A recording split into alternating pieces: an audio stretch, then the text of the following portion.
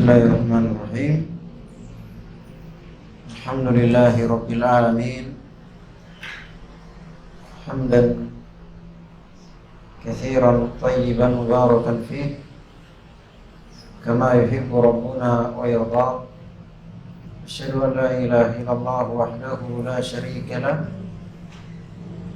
iqraran bihi wa tauhida, wa asyhadu anna Muhammadan abduhu wa rasuluh sallallahu alaihi wa ala alihi wa sahbihi wa sallama tasliman katsira. Amma ba'd. Kaum muslimin, ikhwani fillah, rahimani wa rahimakumullahu jami'an. Pada malam hari ini kembali kita melanjutkan kajian kita, menyelesaikan silsilah akidah, kurikulum dalam bidang akidah tauhid uluhiyah. 5 buku yang kita akan baca, dan sekarang masih pada buku yang pertama, yaitu Thalathatul Usul. Dan kita sudah selesai dari muqaddimah yang pertama yang menjelaskan tentang 4 kewajiban. Wajibnya belajar, beramal, berdakwah, dan bersabar. Di mana 4 perkara ini merupakan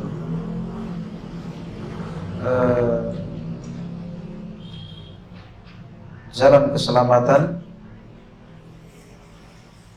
dan siapa yang tidak memiliki 4 sifat ini maka dia akan celaka di dunia maupun di akhirat, sebagaimana yang disebutkan dalam surah Al-Asr. Sekarang kita masuk pada muqaddimah yang kedua.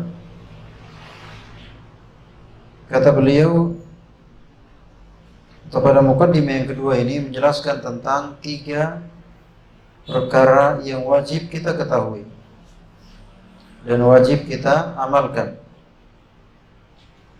Jadi kalau yang pertama, muqaddimah yang pertama tentang 4 kewajiban, pada muqaddimah yang kedua tentang 3 kewajiban yang wajib kita ketahui dan wajib kita amalkan. Kata beliau, i'lam rahimakallah annahu yajibu ala kulli muslimin wa muslimah. Ketahuilah, semoga Allah merahmatimu, sesungguhnya wajib bagi setiap muslim dan muslimah ta'allumu thalathi hadhihi al-masail, mengetahui atau mempelajari 3 masalah, wal amalu bihin, dan wajib untuk mengamalkan 3 masalah tersebut. Al-ula, yang pertama, annallaha khalaqana wa razaqana, bahwa Allah Subhanahu wa ta'ala yang telah menciptakan kita, wa razaqana, dan telah memberikan rezeki kepada kita, walam yatrukna hamala, dan Allah tidak membiarkan kita hidup bebas. Maksudnya hanya untuk makan, untuk minum, ia hanya untuk hidup, mati, selesai urusan, tidak. Di sini beliau, di antara yang beliau ingin tekankan adalah bahwa hidup ini ada maksudnya. Bisa dilihat dari Allah menciptakan kita dengan bentuk yang terbaik. Allah memberikan rezeki kepada kita dengan rezeki yang tak terhingga. Allah Subhanahu wa ta'ala mengutus kepada kita seorang utusan. Ini semuanya bukti-bukti bahwa kita hidup ini pasti ada maksud dan tujuannya. Makanya kata beliau, bal arsala ilaina rasulan, bahkan Allah Subhanahu wa ta'ala mengutus kepada kita seorang utusan. Ini semakin kelihatannya bahwa Allah memiliki maksud terhadap manusia. Kenapa Allah menciptakan manusia dengan bentuk yang terbaik, kemudian Allah kasih nikmat yang tak terhingga. Artinya semua yang di langit maupun di bumi untuk kepentingan manusia. Matahari, bulan, bintang, langit, kemudian bumi ini dengan segala isinya, tumbuh-tumbuhan, sawah ladang, hewan ternak, tambang, dan yang diantara keduanya ada udara, ada awan, ada hujan, itu semuanya untuk manusia. Jadi biasanya kalau sesuatu itu diperhatikan, itu pasti ada maksudnya.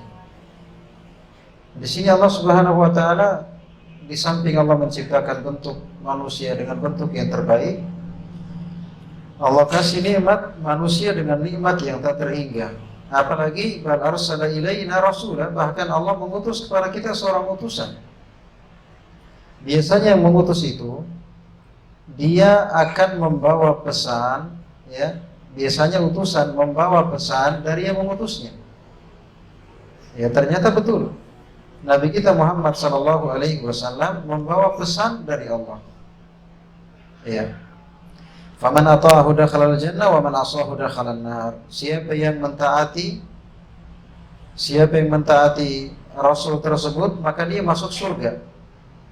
Dan siapa yang menentang Rasul tersebut, maka dia masuk neraka. Kemudian beliau bawakan ayat di sini, surah Al-Muzammil ayat 15 dan 16. Inna arsalna ilaikum rasulan syahidan alaikum. Sesungguhnya kami telah mengutus kepada kalian seorang rasul sebagai saksi atas kalian. Maksudnya tidak ada alasan bagi manusia yang mengatakan tidak mengerti agama. Ya, bukan tidak mengerti, tapi tidak mau memahami atau mempelajari. Karena sudah diutus rasul. Di mana-mana Islam tersebar, Al-Quran diterjemah. Apalagi di zaman sekarang berbagai macam media. Di televisi ada, di internet ada, di buku ada. Lantas tidak mengerti agama, ini bukan tidak mengerti, memang tidak mau mengerti. Makanya Allah Subhanahu wa taala berfirman, syahidan alaikum, sebagai saksi atas kalian. Kama arsalna ila fir'auna rasula, sebagaimana kami telah mengutus kepada Fir'aun seorang rasul. Maksudnya enggak ada alasan bagi Fir'aun untuk tidak tahu, karena sudah diutus Nabi Musa. Ya. Faman asahu fa'asa Fir'aunur rasul fa'akhadnahu akhdan wabila. Maka Fir'aun menentang Rasul tersebut, maksudnya Nabi Musa, maka kami siksa dia dengan siksaan yang pedih. Sama dengannya siapa yang tidak mau mengikuti Nabi Muhammad, maka kami siksa dia dengan siksaan yang pedih. Sama itu. Allah membinasakan Fir'aun karena dia menentang Nabi Musa. Maka Allah akan membinasakan orang-orang yang menentang Nabi Muhammad. Persis, hanya beda nabinya, tapi hukumnya sama. Siapa yang taat masuk surga, dan siapa yang menentang masuk neraka. Ya, maka siapa yang mengikuti para nabi, mereka masuk surga. Siapa yang menentang para nabi, mereka masuk neraka. Ya, sebagaimana yang Allah Subhanahu wa taala contohkan pada ayat ini. Jadi yang pertama ini, kesimpulan apa yang diinginkan oleh penulis, yaitu Syekh Muhammad Ibn Abdul Wahhab rahimahullah. Beliau ingin menjelaskan pondasi dari pondasi agama, yaitu wajibnya mentaati Rasulullah sallallahu alaihi wasallam. Ini ya, wajibnya mentaati Rasulullah sallallahu alaihi wasallam. Ya, kalau boleh kita simpulkan, 3 kewajiban yang beliau tekankan, maksudnya wajib kita ketahui dan kita amalkan. Kewajiban yang pertama adalah wajibnya mentaati Rasulullah sallallahu alaihi wasallam.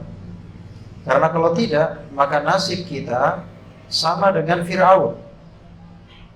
Karena dia tidak mau mengikuti Nabi Musa, Rasul yang diutus kepadanya. Maka sama dengan umat yang terakhir, diutus Nabi Muhammad. Kalau dia tidak mau ikut, ya sudah. Maka berkaitan dengan mengikuti Nabi ini harga mati, sesuatu yang tidak bisa ditawar, ya, sesuatu yang tidak ada perasaan di situ. Pokoknya wajib mengikuti Nabi Muhammad sallallahu alaihi wasallam. Maka menyelisihi beliau itu namanya bid'ah. Ya, makanya rukun Islam yang pertama adalah 2 kalimat syahadat. Kalimat yang kedua yaitu anna Muhammadan Rasulullah. Iya. Baik, ini yang pertama ya. Kesimpulan dari apa yang beliau jelaskan di sini sebenarnya di antara perkara penting yang ingin beliau tekankan adalah wajibnya mentaati Rasulullah Sallallahu Alaihi Wasallam. Iya, di masa ini banyak yang beribadah tapi menyelisihi Nabi. Wudunya, sholatnya, puasanya, bahkan terlebih bukan cuma syariat, terlebih akidahnya, menyelisihi akidah Nabi Sallallahu Alaihi Wasallam. Iya, artinya apa? Tidak ada agama tanpa mengikuti Rasulullah Sallallahu Alaihi Wasallam. Iya, makanya sekarang banyak sekali kelompok-kelompok, golongan-golongan disebabkan karena menyelisihi Rasulullah Sallallahu Alaihi Wasallam. Yang kedua, ats-tsaniyatu anna Allah la yarda ay yushraka ma'ahu ahadun fi ibadatihi la muqarrabun wala nabiyyun mursalun. والدليل قوله تعالى وأن المساجد لله فلا تدعوا مع الله أحدا. Al-Jin ayat 18. Yang kedua, bahwa Allah Subhanahu wa taala tidak akan ridha dipersekutukan bersamanya satupun juga dalam ibadah. Tidak malaikat yang didekatkan, tidak pula nabi yang diutus. Dalilnya adalah firman Allah Ta'ala, sesungguhnya semua masjid milik Allah, maka janganlah engkau beribadah bersama Allah satupun juga. Ayat kedua ini beliau ingin menjelaskan jadi maksud dari penulis pada yang kedua ini adalah penjelasan tentang dari perkara prinsip, dari prinsip agama kita yang wajib kita ketahui dan kita amalkan adalah wajibnya tauhid. Wajibnya tauhid. Jadi yang pertama tadi wajibnya mengikuti Rasulullah Sallallahu Alaihi Wasallam. Yang kedua wajibnya tauhid. Wajibnya tauhid. Sekarang kita lihat syirik ya, yang besar maupun yang kecil ya di mana-mana. Ya nggak usah antar provinsi, antar kabupaten, ya antar rumah saja. Di sebelah ada jimatnya, di sebelah lagi banyak keyakinan macam-macamnya. Percaya hari baik, percaya nomor cantik, ya, percaya pertanda-pertanda yang tidak ada hubungan sebab akibat. Ini syirik semua. Syirik semua. Ya, jadi syirik ini bukan skala skala negara atau skala provinsi, skala rumah. Hampir setiap desa ada yang dikeramatkan. Desa sebelah ada pohonnya, desa sebelah ada jembatannya, yang sebelah ada batunya, yang sebelahnya lagi ada kuburannya, yang sebelahnya ada rumah angkernya, yang sebelahnya ada macam-macam. Ya, tapi indahnya syaitan itu dia menamakan sesuatu yang jelek dengan nama-nama yang cantik. Ia dinamakan dengan kebiasaan, tradisi, budaya, kearifan lokal. Nah, masalah sebenarnya kalau dia tidak bertentangan dengan agama, bukan karena tradisinya, tapi karena syirik. Makanya dia dilarang. Baik, jadi yang kedua adalah wajibnya tauhid. Jadi sudah dua ya. Yang pertama wajibnya mengikuti Rasulullah, itulah makna Muhammad Rasulullah. Dan yang kedua wajibnya tauhid, itulah makna la ilaha illallah. Baik. Yang ketiga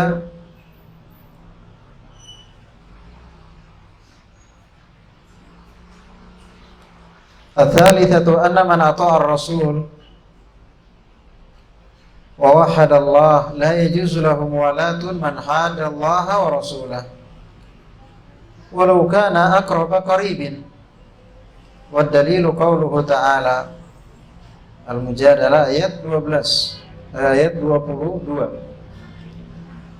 Kata beliau, anna man ata'a ar-rasul, sesungguhnya siapa yang mentaati Rasul. Yang pertama tadi ya, kan 3 kewajiban ya. Kewajiban yang pertama taat kepada Rasul. wa wahhadallah, dan mentauhidkan Allah. Ini kewajiban yang kedua. Ya kan? Yang kedua tadi wajibnya tauhid, wajibnya tauhid. Nah, jadi pada yang ketiga ini beliau ingin menjelaskan tentang perkara penting dalam agama juga, yaitu buah dari tauhid. Buah dari tauhid. Orang yang bertauhid itu, kalau betul dia bertauhid, maka dia akan mengikuti Nabi dan dia akan mentauhidkan Allah, maka dia akan mencintai apa yang dicintai Allah dan membenci apa yang dibenci oleh Allah. Kata beliau, anna man ata'a Rasul, siapa yang mentaati Rasul, wa wahhadallah, dan dia mentauhidkan Allah. Perhatikan di sini ya. Kita bisa mengecek apakah betul kita mentaati Rasul. Apakah betul kita mentauhidkan Allah. Kalau betul, lihat buktinya, lihat hasilnya. Kata beliau, la yajuzu lahu muwalatu man hadallaha wa rasulah. Tidak boleh memberikan loyalitas, memberikan kecintaan karena agama bagi siapa? Bagi siapa yang menentang Allah dan Rasulnya. Siapapun dia, walaupun dia keluarga, walaupun dia saudara, ya, kalau dia menentang Allah dan Rasulnya, itu wajib kita benci. Ya. Walau kana aqraba qaribin, walaupun kerabat yang paling dekat. Dalilnya surah Al-Mujadalah ayat 22. La tajidu qauman, kamu tidak akan mendapatkan suatu kaum yu'minuna billahi wal yawmil akhir, yang beriman kepada Allah dan hari akhirat. Nah, ini orang yang beriman kepada Allah dan hari akhirat yang sebenarnya, kamu tidak akan dapati mereka yuwadduna man hadallaha wa rasulah. Mereka memberikan loyalitas, pembelaan karena agama bagi siapa yang menentang Allah dan Rasulnya. Walau kanu aba'ahum, ya, mereka tidak boleh memberikan mawaddah, memberikan kasih sayang, ya, cinta. Ya, tidak boleh cinta kepada orang yang menentang Allah dan Rasulnya. Walau kanu aba'ahum, walaupun itu bapak mereka, aw abna'ahum, atau anak-anak mereka, aw ikhwanahum, atau saudara mereka, aw ashiratahum, atau keluarga mereka. Jadi walaupun bapak, anak, keluarga, saudara, itu kita nggak boleh korbankan agama kita gara-gara keluarga, gara-gara bapak, gara-gara ibu, gara-gara saudara. Karena cinta kepada mereka kita korbankan tauhid. Biarlah saya bikin syirik, biarlah saya bikin bidah, ya, daripada mereka marah, daripada mereka nggak enak. Nah, ini tidak paham prinsip agama. Kalau betul dia bertauhid, kalau betul dia mengikuti Rasulullah Sallallahu Alaihi Wasallam, maka dia akan cinta apa yang dicintai Allah, dan dia akan benci apa yang dibenci Allah. Dan yang paling Allah cintai tauhid. Berarti yang paling Allah benci syirik, kan begitu ya? Yang paling Allah cintai setelah tauhid itu sunnah. Berarti yang paling Allah benci setelah syirik apa? Bidah. Oh, jangan bahas bidah, nanti bapak saya marah, nanti keluarga saya marah. Jangan bahas syirik. Nah, ingat, kalau betul kita mentauhidkan Allah dan mengikuti Nabi, maka pasti kita akan mencintai apa yang dicintainya, dan kita akan lebih mencintai apa yang paling dicintai. Yang paling Allah cintai tauhid, berarti kita pun ikut paling cintai. Yang paling Allah benci syirik, kita pun ikut paling benci dengan syirik. Demikian pula sunnah, paling cinta dengan sunnah, paling benci dengan bidah. Kalau sekarang tidak. Ini perhatikan prinsip-prinsip agama. Wajibnya mentaati Rasul, wajibnya mentauhidkan Allah. Perhatikan ada buah darinya, yaitu cinta dan benci karena Allah. Iya. Kalau istilah kita namanya al-wala wal bara. Al-wala wal bara, yaitu al-wala cinta, al-bara benci. Jadi cinta dan benci ini bukan karena dunia, karena teman bisnis, karena hubungan nasab, karena saudara, karena keluarga, karena orang tua. Cinta dan benci karena agama. Siapapun dia, dari manapun dia, walaupun kita tidak kenal, kalau dia pengikut tauhid dan sunnah, wajib kita cintai. Tapi siapapun dia, walaupun keluarga dekat, kita kenal baik, tapi kalau dia pelaku pengikut syirik dan bid'ah, maka wajib kita benci. Tapi tentunya kalau dia keluarga kita, tetap kita nasihati mereka sebagaimana Nabi Ibrahim alaihissalam tetap mengajak bicara bapaknya dengan cara yang paling lembut.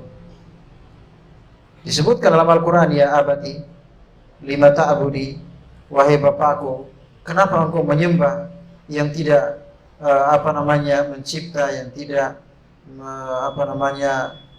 mengatur dan semisal itu. Ya, artinya walaupun Nabi Ibrahim berlepas diri dari bapaknya, tapi bukan artinya ditinggalkan tanpa didakwai atau berlaku kasar kepada mereka. Tetap ya kita benci, ya hanya saja secara tabiat kita cinta karena nasab, karena orang tua, maka kita tetap dekati mereka, memberikan nasihat kepada mereka dengan nasihat yang baik.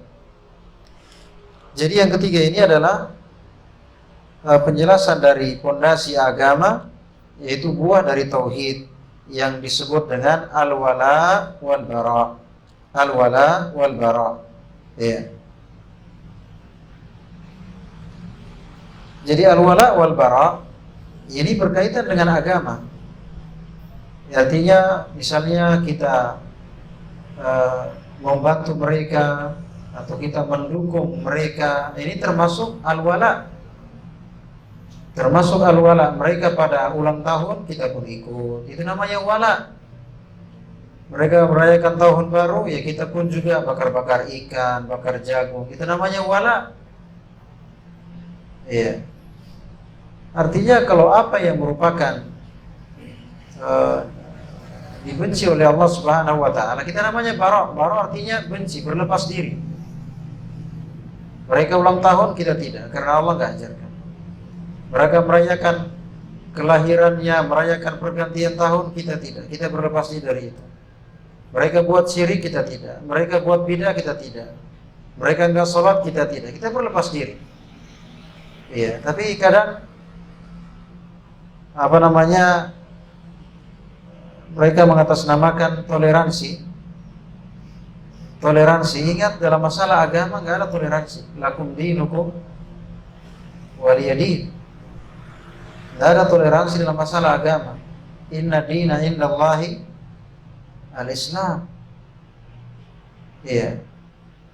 Adapun toleransi dalam urusan dunia, dalam urusan bertetangga, dalam urusan bisnis, dalam urusan bernegara, dalam urusan kemanusiaan, ya. Tapi kalau urusan agama, lakum dinukum waliyadin. Ya, bagi kalian agama kalian, bagiku agama. Kalian agama kekufuran, kesyirikan, dan bagiku agama tauhid dan sunnah. Ya. Itu namanya buah dari tauhid. Artinya akan kelihatan al-wala wal bara, cinta dan bencinya karena agama. Baik, alhamdulillah kita sudah selesai dari muqaddimah yang kedua. Jadi muqaddimah yang kedua, 3 kewajiban. Wajibnya mentaati Rasul, wajibnya beribadah atau wajibnya tauhid, dan yang ketiga wajibnya al-wala wal bara. Itu mesti al-wala wal bara, cinta dan benci karena Allah. Allah cinta tauhid, kita cinta dengan. Allah benci syirik, kita benci dengan. Benci syiriknya dan pelakunya. Cinta tauhid dan orang yang bertauhid. Cinta sunnah dan yang di atas sunnah, dan benci bid'ah dan pelaku bid'ah. Ya. Ini penting ya, di masa ini banyaknya syubhat, banyaknya dai-dai yang menyimpang disebabkan karena mereka tidak belajar secara bertahap dan tidak mengenal buku-buku yang benar dan tidak kuat dalam prinsip-prinsip ilmu. Ini beliau bawakan 3 muqaddimah, ini prinsip. Coba lihat yang pertama, muqaddimah yang pertama 4 kewajiban. Ilmu, amal, dakwah, sabar, itu prinsip. Makanya kenapa orang banyak beragama tapi tanpa berilmu? Banyak orang sholat tapi tanpa berilmu. Banyak orang baca Quran tanpa berilmu. Banyak orang berakidah tanpa ilmu. Banyak orang yang bersyariat tanpa ilmu. Disebabkan dia tidak punya prinsip. Prinsip agama kita ilmu, baru amal, baru dakwah, sabar. Ya, yang kedua ini dari prinsip agama kita, yaitu wajibnya mentaati Rasul, wajibnya mentauhidkan Allah, dan wajibnya al-wala wal bara, cinta dan benci. Ya, cinta dan benci. Dan tentunya ini cinta dan benci bukan hal yang gampang, bukan hal yang mudah. Ya, tapi kalau betul kita mentauhidkan Allah dan mengikuti Rasulullah sallallahu alaihi wasallam, akan melahirkan cinta dan benci karena Allah. Ya. Kita selesaikan yang ketiga.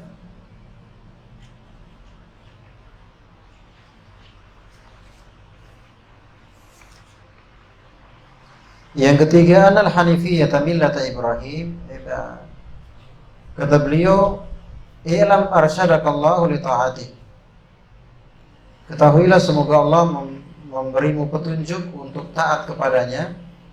Annal hanifiyah millata Ibrahim, sesungguhnya al-hanifiyah millata Ibrahim, sesungguhnya al-hanifiyah garis miring millata Ibrahim, anta abudallah wahdahu mukhlishan lahuddin, adalah engkau beribadah kepada Allah semata, memurnikan ibadah itu hanya kepadanya. Nah, berarti al-hanifiyah adalah tauhid. Al-hanifiyah yang merupakan agama Nabi Ibrahim adalah tauhid. Iya. Mukhlis wa bidzalika amara Allah jami'an nas wa khalaqahum laha. Atas dasar itu, atas dasar tauhid, Allah memerintahkan semua manusia. Maksudnya Allah perintahkan semua manusia untuk bertauhid. Wa khalaqahum laha, dan Allah ciptakan manusia tujuannya tauhid. Allah Akbar, ya. Jadi ternyata Allah menciptakan manusia supaya manusia bertauhid. Ya. Perintah Allah kepada semua manusia, perintah tauhid, supaya manusia semua bertauhid. Ibadah hanya kepada Allah Subhanahu wa taala, sebagaimana firman-Nya surah Adz-Dzariyat ayat 56. Kama qala ta'ala, wa ma khalaqtul jinna wal insa illa liya'budun. Aku tidak menciptakan jin dan manusia kecuali untuk beribadah kepadaku. Perhatikan situ. Wa ma'na ya'budun, dan makna ya'budun yuwahhidun. Makna ya'budun. Wa ma khalaqtul jinna wal insa illa liya'budun. Maknanya ya'budun artinya yuwahhidun, mengesakanku. Ya. Baik. Ini muqaddimah yang ketiga. Ya, muqaddimah yang ketiga. Ya.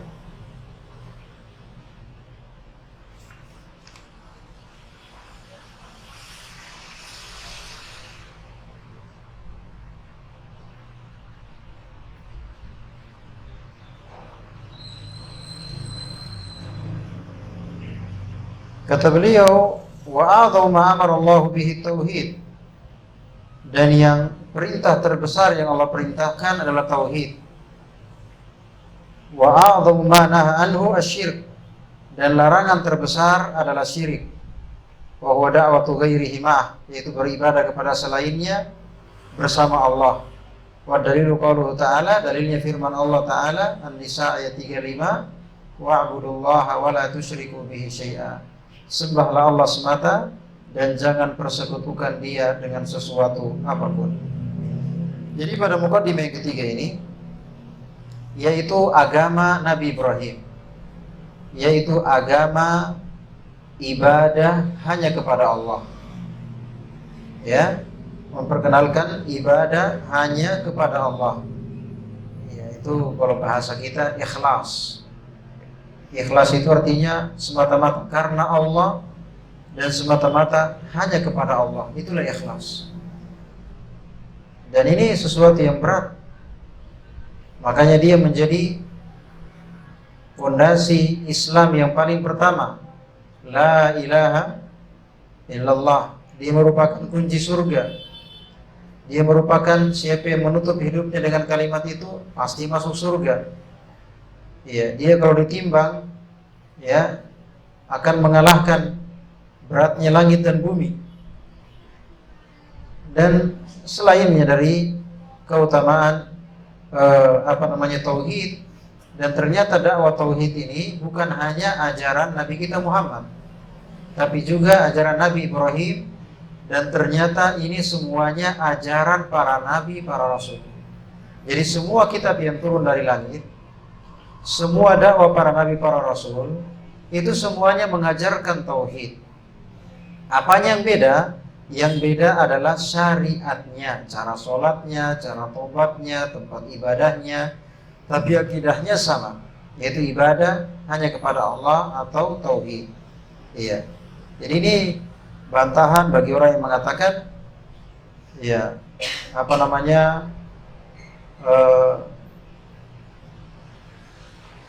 semua agama itu benar. Tidak ada agama yang benar kecuali agama tauhid. Yang dibawa Nabi Isa, yang dibawa Nabi Musa, yang dibawa Nabi Ibrahim, yang dibawa Nabi kita Muhammad, semuanya agama tauhid. Selain dari itu bukan agama Islam, bukan agama yang diajarkan Nabi-Nabi Allah dan Rasul-Rasul Allah Subhanahu wa Ta'ala. Jadi kalau kita simpulkan pentingnya tauhid ini apa? Yang ketiga ini yaitu Al-Hanifiyah, garis miring agama Nabi Ibrahim, garis miring tauhid, garis miring ikhlas. Itu semana. Apa itu? Itu dia ya, tauhid itu. Nah, kalau kita perhatikan dari apa yang dibahas ini, berarti orang yang berbuat syirik, maka dia sudah menyelisihi kesepakatan para nabi, para rasul. Dia telah menyelisihi semua kitab yang turun dari langit. Dia telah menyelisihi perintah Allah kepada semua manusia. Dia telah menyelisihi maksud Allah menciptakan jin dan manusia. Dia telah menyelisihi perintah terbesar, terwajib, termulia, ya, dan seterusnya.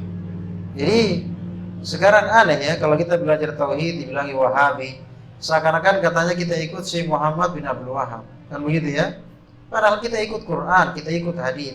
Hanya kebetulan beliau yang tulis, dan tulisannya sesuai dengan Al-Quran dan hadis. Nah, dibilanglah Wahabi, ya kan? Dibilanglah Wahabi. Padahal kita sudah dibahas tadi mengikuti Al-Quran dan hadis. Ya, mengikuti Al-Quran dan hadis dengan kata lain, la ilaha illallah, ikhlas, dan Muhammad Rasulullah, yaitu mutaba'ah, mengikuti Rasulullah sallallahu alaihi wasallam. Alhamdulillah, kita telah selesai dari 3 mukaddimah yang disebutkan oleh penulis. Yang pertama 4 kewajiban, yang kedua 3 kewajiban, yang ketiga 1 yaitu Al-Hanifiyah, yaitu At-Tauhid, yaitu Al-Ikhlas, yaitu ibadatullah wahdah, yaitu tarkus syirk dan semisal dengannya. Ya. Ini ya kita pahami dengan baik. Saya sengaja meringkas pembahasan supaya kita mengikuti tahapan-tahapan sebagaimana para ulama menyusunnya. Karena ini buku yang ringkas, ya kita ringkas sebagaimana asalnya. Jangan kita panjang lebar, ya padahal kita akan masuk di jenjang yang kedua, kita akan masuk di jenjang yang ketiga, yang keempat, yang kelima. Setelah itu kita pindah ke pembahasan akidah yang lain, Kita selesaikan buku-buku yang bahas tentang tauhid, al-asma wa sifat. Selesai, tinggal kita pilih entah mau bahas apa, bahas tafsir, bahas fikih. Kita selesaikan kurikulum pada setiap bidang. Ya, seperti itu caranya kita belajar, walaupun mungkin hanya sekali sepekan. Masya Allah, baru 2 pertemuan kita sudah selesai dari 3 mukaddimah. Minimal kita memahami dan bisa mengingat apa maksud dari setiap mukaddimah. Itu ya, intinya kita paham. Jangan panjang lebar dibahas, nggak mengerti apa maksudnya. Ya, mukaddimah pertama maksudnya apa? Mukaddimah kedua maksudnya apa? Mukaddimah ketiga maksudnya apa? Karena penulis itu punya maksud. Ya, maka kita pahami maksudnya.